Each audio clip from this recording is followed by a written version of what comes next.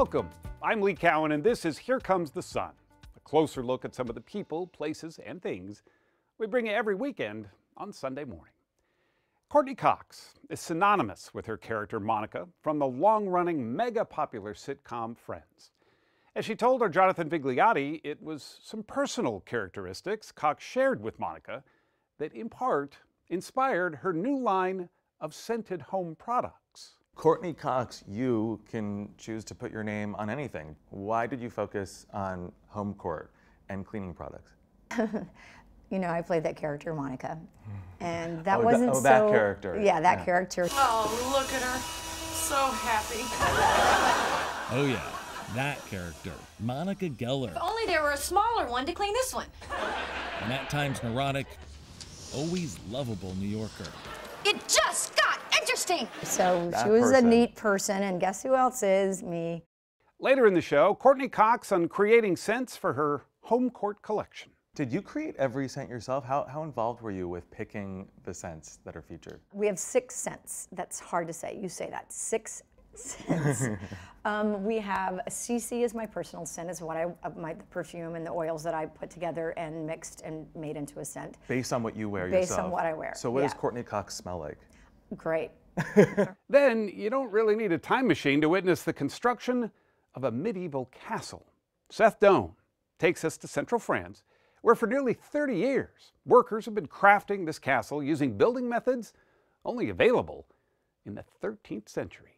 Ben Wallace was restoring old buildings when he visited this castle called Guédelon as a tourist and applied for a job. How is it to have been a stonemason as a career and then to discover this place exists? Bit of a dream, really. The possibility to work as they did back in medieval times, to take the time as well to do things properly. They are taking time. This project started 27 years ago and is still expanding into a medieval village. That's all coming up right here on Here Comes the Sun. Courtney Cox wears many hats: actor, producer, director, and entrepreneur. Jonathan Vigliotti sat down with her to discuss her business enterprise, as well as family. In this case, the close bonds that she formed with her Friends co-stars. Yeah, that's pretty. Dressed in black, on the white sands of Miami Beach, Courtney Cox strikes a pose during her photo shoot. Gorgeous, yeah, that's beautiful. The camera's on her, but she's the one hyper-focused. I always say it's called, I suffer from acute awareness. I do notice things. I can't help it. I was afraid you would notice a few things if I was disheveled or if I would notice. You're pretty together. Am I? Oh, yeah. Is that a built-in cuff? It is a built-in cuff. I like it. It's that attention to detail that in part inspired the admitted neat freak to create a new line of scented beauty products for the home, fittingly called Homecourt. It is a combination of everything from surface spray to clean your surfaces, your countertops, your whatever. It is hand soap, hand cream, dish soap, room deodorizer. Courtney Cox, you can choose to put your name on anything. Why did you focus on Homecourt and cleaning products? You know, I played that character, Monica, and that wasn't so... that character. Yeah, that character. Oh, look at her. So happy. Oh yeah, that character, Monica Geller. If only there were a smaller one to clean this one. An at times neurotic, always lovable New Yorker. It just got interesting. So she was a neat person, and guess who else is? Me. Homecourt is a full circle moment for the 59-year-old Alabama native. Cox studied design and architecture in college before deciding to pursue a very different creative career. I moved to New York. I started modeling. I'm only 5'5", but I did stuff like book covers. You had this like short hair on one of the book covers I saw. I got my hair cut really short and changed my whole look. Next, the first of a few big breaks. Can you believe that's 40 years ago? No, it's wild. When Cox was chosen to appear with Bruce Springsteen in the 1984 music video for Dancing in the Dark. It was directed by Brian De Palma, and I guess he hired me because I was authentically nervous and genuinely not a good dancer, but I was shy, and it worked. Hello, can I help you? Hello. Alex speaking, overachiever. It worked wonders, with Cox landing a recurring role on Family Ties. Seems like the only thing you haven't won yet is the Miss America contest. Well, you know that's all political. What was Michael J. Fox like to work? The nicest guy. He's so talented. He taught me so much. Then, in 1994, the show about a group of 20-somethings in the city. A series that changed everything. No one told you life was gonna be this way. That show. Thank God for that show. Oh. How did that come to be? That was at the tail end of when I was really running out of money. I got an audition. I went in and I read the pilot and I said, this is great. But you didn't know how special it was. But then when you put this cast together, and our incredible writers, it was lightning in a bottle. 42-21, like the turkey Ross is done. Lightning in a bottle that launched a meteoric career. From the Scream film franchise and Ace Ventura to Cougar Town, to becoming a producer, director, and entrepreneur.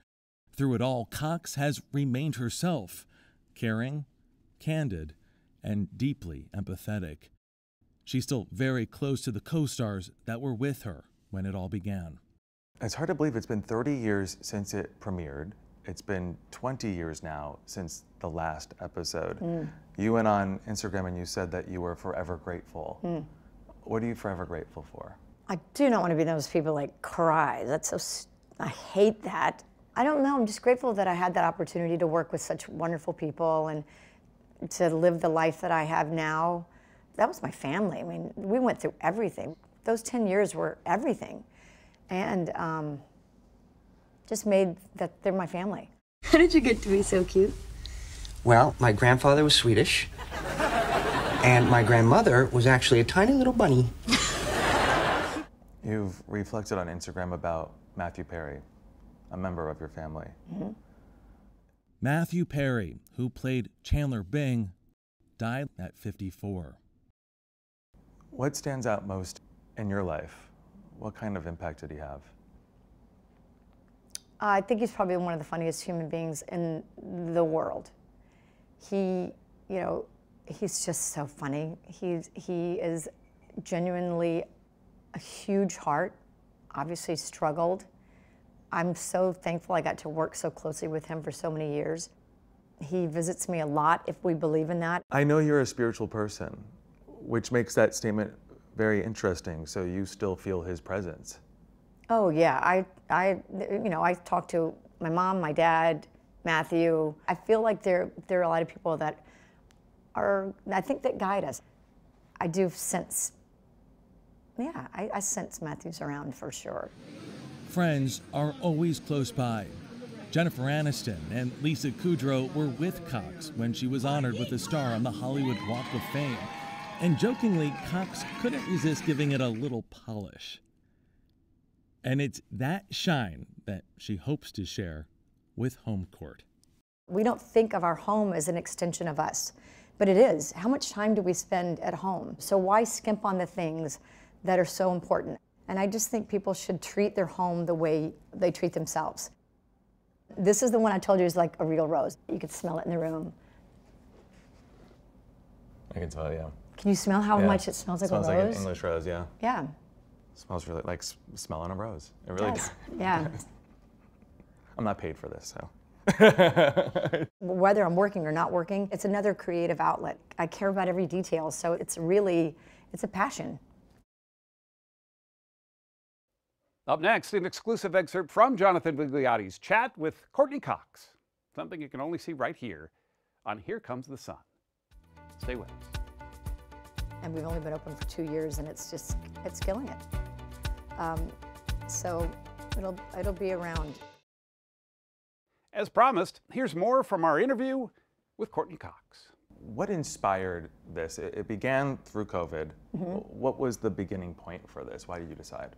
Well, I originally wanted to do a candle line, and then during this lockdown period, I realized there was a completely open space of cleaning products that worked, that looked beautiful on your counter, and that smelled like something that you would want to put on your body. I looked over and I saw this bottle. It was a bottle of olive oil, and it was square.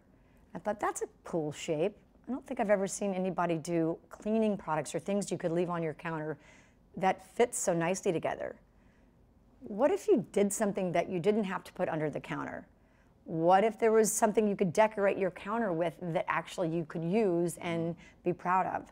And then I got really crazy into, fonts, and I ended up, it ended up being an idea that had a space that had not been touched, but it had to be perfect. You've been a spokesperson, the face of other brands, but nothing like this before. This is deeply personal to you.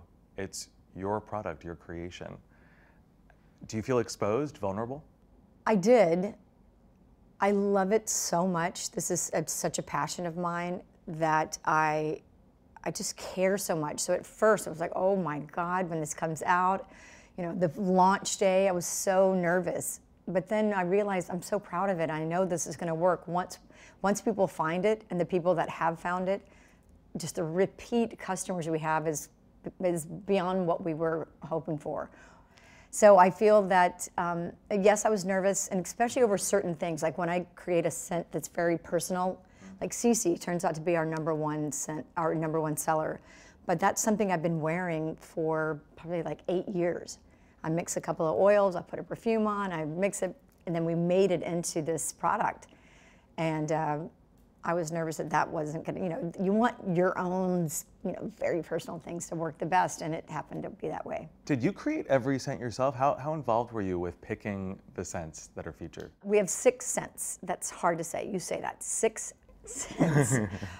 We have CC is my personal scent, is what the perfume and the oils that I put together and mixed and made into a scent. Based on what you wear yourself? Based on what I wear. So what does Courtney Cox smell like? Great. Really good. It's like cardamom. Cinnamon, it's very smoky. It's unique, it's layered. I think it's really sexy. I love the smell of roses, but when people say stop and smell the roses, you actually could just buy Homecourt because it smells just like a rose. I don't like powdery things. I don't like when I go to an elevator and you smell people and you're like, oh, I'm gonna smell like this all day. Or you hug somebody and their stuff gets on you. I like clean. I do like sexy scents. I like layered and rich things. Your mother passed away a few weeks before you officially launched Homecourt. Does she inspire this mission? Yeah, my mother had really good taste. I didn't realize that until I got older and I'd go home and go, wow, who did your bookshelves? They look great. You don't grow up thinking about, bookshelves are really hard to do, by the way. But my mom was really good with design, and so yeah, she was a very classy lady. What do you see as the future of the brand? What is the perfect outcome? The perfect outcome, it's such a great creative outlet for me. There's so many things that we can do. It's endless. The places we can go, there's so much space for new products, new scents. It's my baby. I just love working on it in every way. So it'll continue to grow. It already has. Every year it's doubled. And we've only been open for 2 years, and it's killing it. So it'll be around. What was it about Friends? What is it about Friends that did and still does resonate with so many people? Well, that's why I think it is so lucky that it does. I think this being that it's about 6 people who live together, you can identify with, everyone can identify with one of us. Our writers are the creators of the show and the writers that we had are so incredible. They're so smart. I think we dealt with real subjects that are happening in life now. It doesn't matter that we're carrying cell phones that are this big or our computers we couldn't carry. The topics, the jokes, I think they're timeless. I don't turn it on. It happens to be, luckily, on all the time. And I'd sit there and go, I don't remember this at all, but God, that's funny. It just was a special time with special people and special, the people who created it are just really amazing. Up next, all this hassle for a castle. Welcome back. For nearly 30 years, a medieval castle has been taking shape in the French countryside. Everything from splitting stones to creating the paint for the walls, it's all done the old-fashioned way, meaning no machines, no electricity. Seth Doane takes us back in time. In the forests of Burgundy in central France stands a medieval castle. It's partially built, not because it's in ruins, but because it's still under construction. It looks and sounds like the year 1255. The challenge here is to build as they would have in that era. Long before electricity, using tools fashioned by blacksmiths and laying stones by hand. It's a mixture of sand and lime and water. So this is like our glue that we use to stick all of our stones together. And this will last for... And this will last thousands and thousands and thousands of years, no problem. This is what the Romans and the Greeks used. Ben Wallace was restoring old buildings when he visited this castle called Guédelon as a tourist and applied for a job. How is it to have been a stonemason as a career and then to discover this place exists? Bit of a dream, really. The possibility to work as they did back in medieval times, to take the time as well to do things properly. They are taking time. This project started 27 years ago and is still expanding into a medieval village. Why build a castle? I was staying a little modest. I don't speak about cathedral. A cathedral would have been even more complicated. A little more. Co-founder Marlon Martin worked with the unemployed and liked the idea of creating jobs in rural France. Today, the project is sustained through ticket sales to 300,000 visitors a year. I want that people stay here and let their imagination go. The castle is here because of this quarry, where Tundra Schauren extracts sandstone for the walls. I can select in this slate how many stones I want to cut out of it. In a modern quarry, it's huge trucks and heavy equipment. What's used here is an iron wedge and sledgehammer. It's a lovely job. And lovely? Yeah. What makes it lovely? Imagine that this simple block is going to represent a beautiful stone in the castle with beautiful geometrical shapes. My job in Guédelon is really to grow medicinal gardens. Resident herbalist Emma Blondie nurtures plants not just for food, but medicine, using medieval documents as a guide. I just grinding like this until I have a very fine powder. Paint recipes from the Middle Ages have been unearthed too. It's a mix with the white of the egg, some cherry tree gum. Yes, I know. Claire Pio's palette for wall designs comes from what's found on castle grounds. So we have some different stones, clays, charcoal, ochres. In this bold effort to build a castle from scratch, they're following a design that dates back to France's King Philip II, and 800 years later, it's fostering a new generation of specialist artisans. When Notre Dame burned in Paris, workers came from the castle to help and share expertise. What's the bigger value to this project? It's very green. We take the nature, trees, sand, stone, and we do a medieval castle, but we can imagine to take the same materials to do her house. It's a so modern adventure. It's a modern adventure, building skills and realizing a dream by looking back to the design and ways of another time.